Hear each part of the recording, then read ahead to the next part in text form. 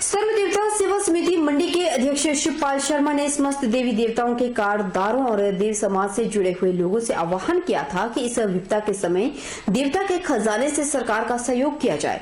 आज्ञा का पालन करते हुए चौहार घाटी के बड़ा देव हुरंग नारायण के कार्डदारों ने महामारी से लड़ने के लिए 1 लाख रुपए सर्वदेवता समिति के माध्यम से मुख्यमंत्री राहत कोष को देने का निर्णय किया। वहीं शिवपाल शर्मा ने कहा कि जो गरीब व्यक्ति देवताओं के दरबार में आते हैं उनकी भी सहायता करें। इस संबंध में देव श्री हुरंग नारायण की समिति ने 1 लाख रुपए सर्वदेवता समिति के अकाउंट में जमा किए, जिन्हें जल्द ही सीएम राहत कोष में भेजा जाएगा।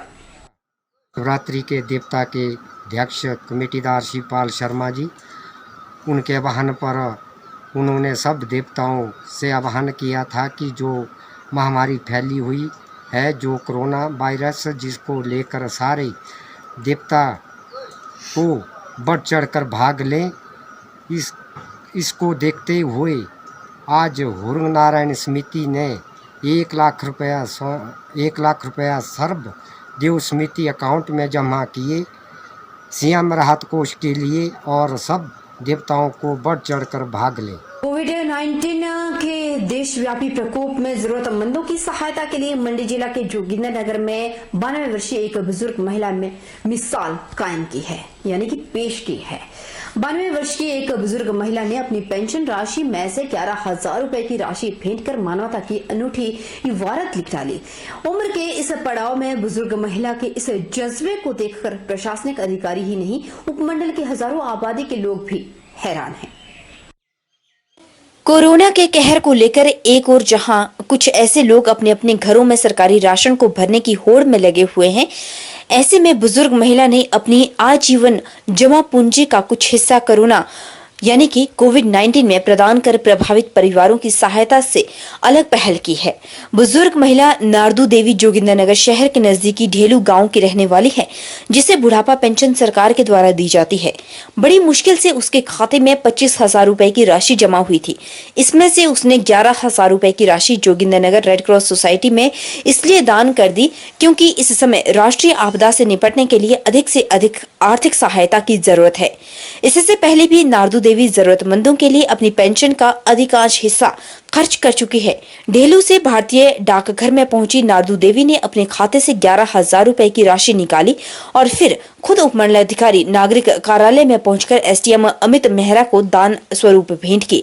बुजुर्ग महिला के द्वारा प्रदान की गई इस आर्थिक सहायता को स्वीकार करने के लिए एसडीएम अमित मेहरा ने अपने कार्यालय की कुर्सी को छोड़कर खुद मुख्य द्वार पर पहुंचे और पहले बुजुर्ग महिला का आदर सत्कार किया, फिर स्वयं उनका आशीर्वाद ग्रहण कर इस आर्थिक सहायता को बेहद खुशी खुशी स्वीकार किया। नारदू देवी अपने पोते संतोष कुमार के साथ एसडीएम कार्यालय पहुंची थी।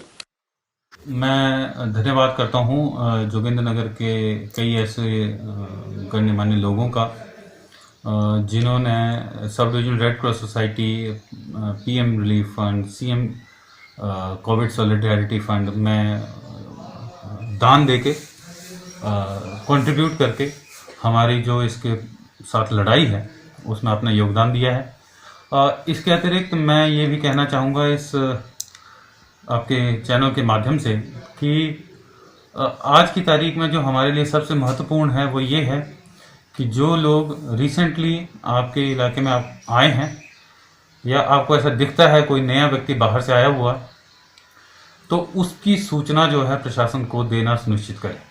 उधर ज्वालामुखी के आरसी शिक्षा महाविद्यालय में प्रशिक्षु शिक्षकों को कर्फ्यू के कारण ऑनलाइन शिक्षा प्रदान करवाई जा रही है।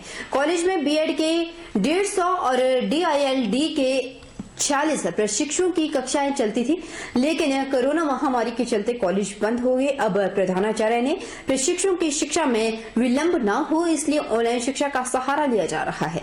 कॉलेज प्रधानाचार्य डॉक्टर कुलवंत सिंह ने बताया कि कर्फ्यू के कारण शिक्षकों की पढ़ाई निरंतर चलती रही, इसलिए कॉलेज प्रशासन ने ऑनलाइन पढ़ाई करवाने का फैसला लिया है।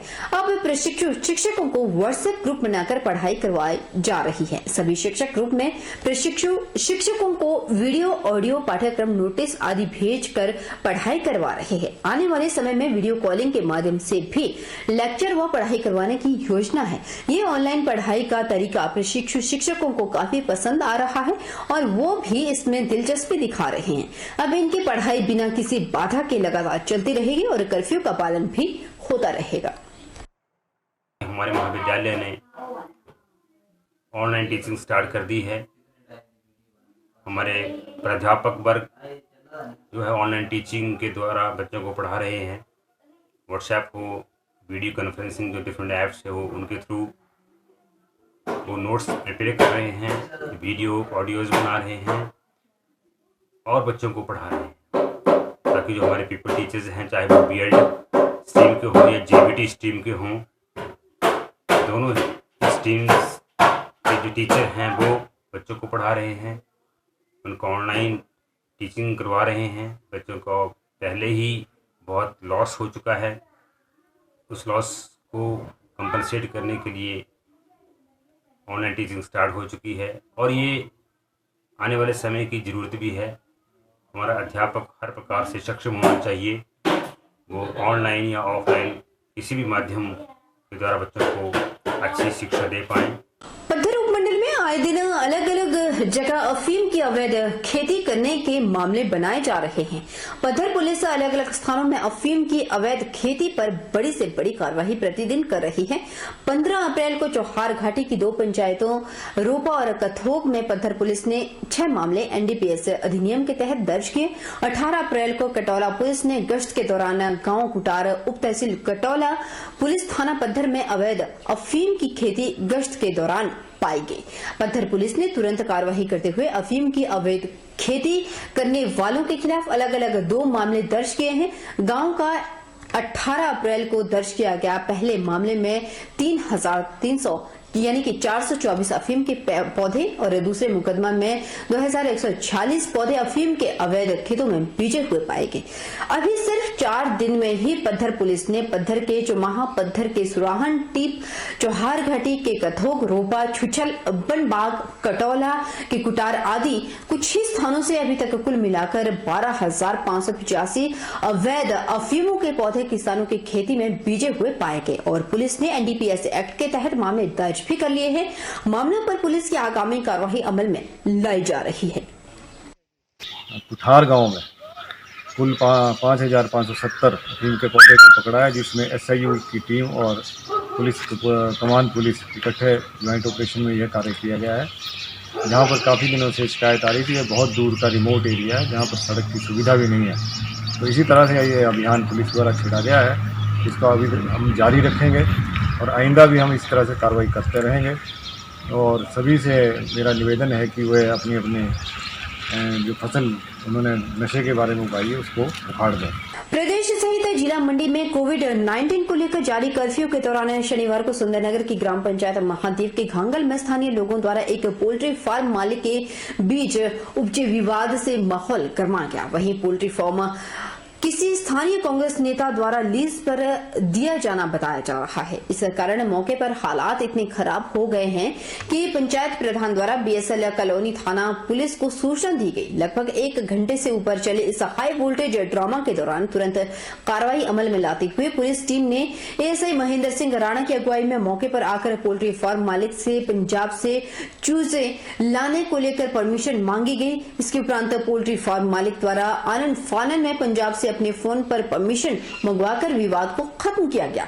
स्थानीय लोगों की रिहायशी इलाकों में पोल्ट्री फार्म के कारण प्रदूषित हो रहे वातावरण और कर्फ्यू के दौरान युवकों के आने व जाने को लेकर शिकायत पर पोल्ट्री फार्म मालिक द्वारा 10 दिनों में शिफ्ट करने का आश्वासन दिया गया।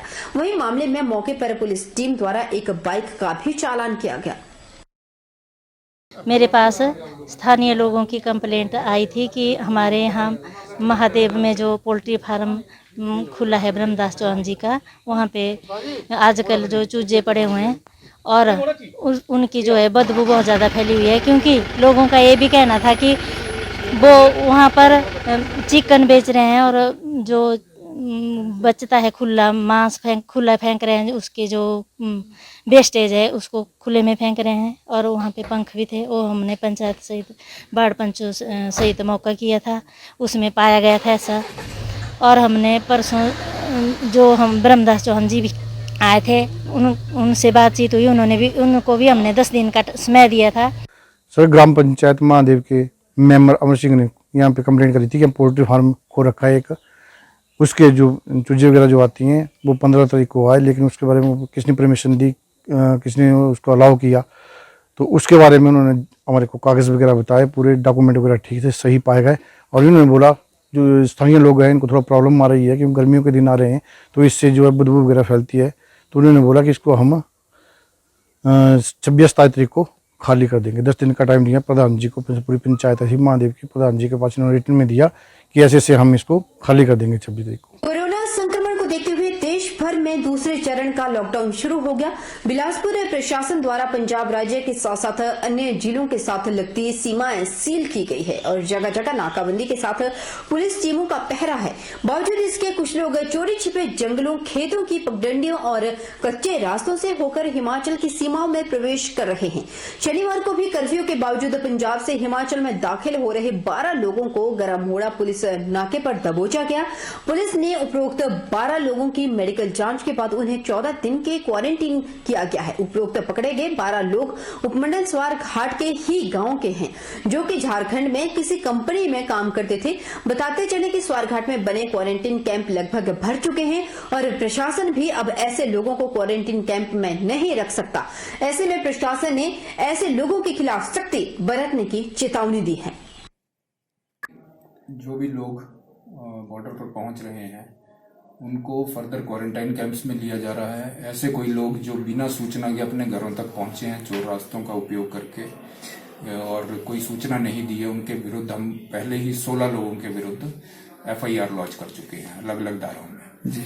तो उन लोगों को मैं ये बताना चाहूंगा कि जो लोग अभी भी आ रहे हैं, अब जो है हमारे क्वारंटाइन कैंप्स जो हैं वो ऑलमोस्ट फुल हैं जी। और अब हम जो है लोगों को क्वारंटाइन कैंप्स में नहीं लेंगे, उनको वापस भेजेंगे। और वापस भेजने के लिए अगर किसी बल का प्रयोग भी करना पड़ेगा तो वो भी बल का प्रयोग भी किया जाएगा, क्योंकि हम जो है जो लोग क्वारंटाइन कैंप्स में रह रहे हैं उनको उनकी जान पे किसी तरह का खतरा नहीं आने दे सकते। अगर एक भी इंसान जो है कोई इन्फेक्टेड हुआ तो बाकी लोग भी जो क्वारंटाइन कैंप्स में रह रहे हैं, चाहे सोशल डिस्टेंसिंग करके ही रह रहे हैं, लेकिन फिर भी टोटली उनको कंट्रोल कर पाना संभव नहीं होता है। तो ऐसे में दूसरों के ऊपर भी कोई इन्फेक्शन हो ऐसा रिस्क लेना जो है वो सही नहीं होगा। हिमाचल प्रदेश में कोरोना जैसी महामारी को फैलने से रोकने के लिए कर्फ्यू लागू किया गया और लोगों को आवश्यक वस्तुओं की खरीदारी करते समय मास्क पहनने और सोशल डिस्टेंसिंग के प्रति जागरूक किया जा रहा है। वहीं मंडी शहर में NCC वॉलंटियर्स भी लोगों को सोशल डिस्टेंसिंग के प्रति जागरूक कर रहे हैं। वहीं वल्लभ महाविद्यालय की एसोसिएट NCC इंचार्ज समृद्धि ठाकुर ने बताया कि लोगों को सोशल डिस्टेंसिंग और मास्क पहनने के बारे में जागरूक करने के उद्देश्य से NCC बटालियन की तरफ से अनाउंसमेंट व्हीकल भी शुरू कर दिया गया है, जिसके माध्यम से शहर भर में समय समय पर अनाउंसमेंट की जा रही है। उन्होंने लोगों से अपील की कि वे अनावश्यक रूप से घर से बाहर न निकलें और आवश्यक वस्तुओं की खरीदारी करते समय मास्क जरूर लगाएं। इसके साथ ही आपस में कम से कम बात करें ताकि सोशल डिस्टेंसिंग बरकरार रहे। वहीं NCC वॉलंटियर्स ने भी अपने अनुभवों को साझा करते हुए कहा कि वे लोगों को मास्क पहनने और सोशल डिस्टेंसिंग के बारे में जागरूक कर रहे हैं ताकि वे अपने आप को और दूसरों को कोरोना जैसी महामारी से बचा सकें।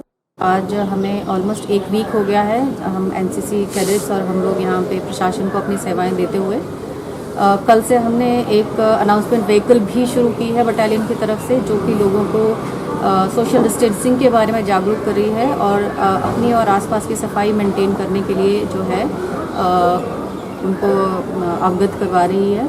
हमारे जो कैडेट्स हैं वो लोगों से ये भी अपील कर रहे हैं कि अनावश्यक रूप से जो है वो घर से ना निकलें। जब बहुत ज़रूरी है, कुछ आपने लेना है या कुछ मेडिसिन की ज़रूरत है, उसके चलते ही आप जो है बाहर आएँ। कुछ लोग जो हैं वो सरकार के जो निर्देश हैं उनका पालन कर रहे हैं और जो निर्देशों का पालन नहीं कर रहे उन्हें हम अवेयर कर रहे हैं कि मास्क लगा कर आएँ और बाज़ार में जो है 1 मीटर की दूरी बनाए रखें।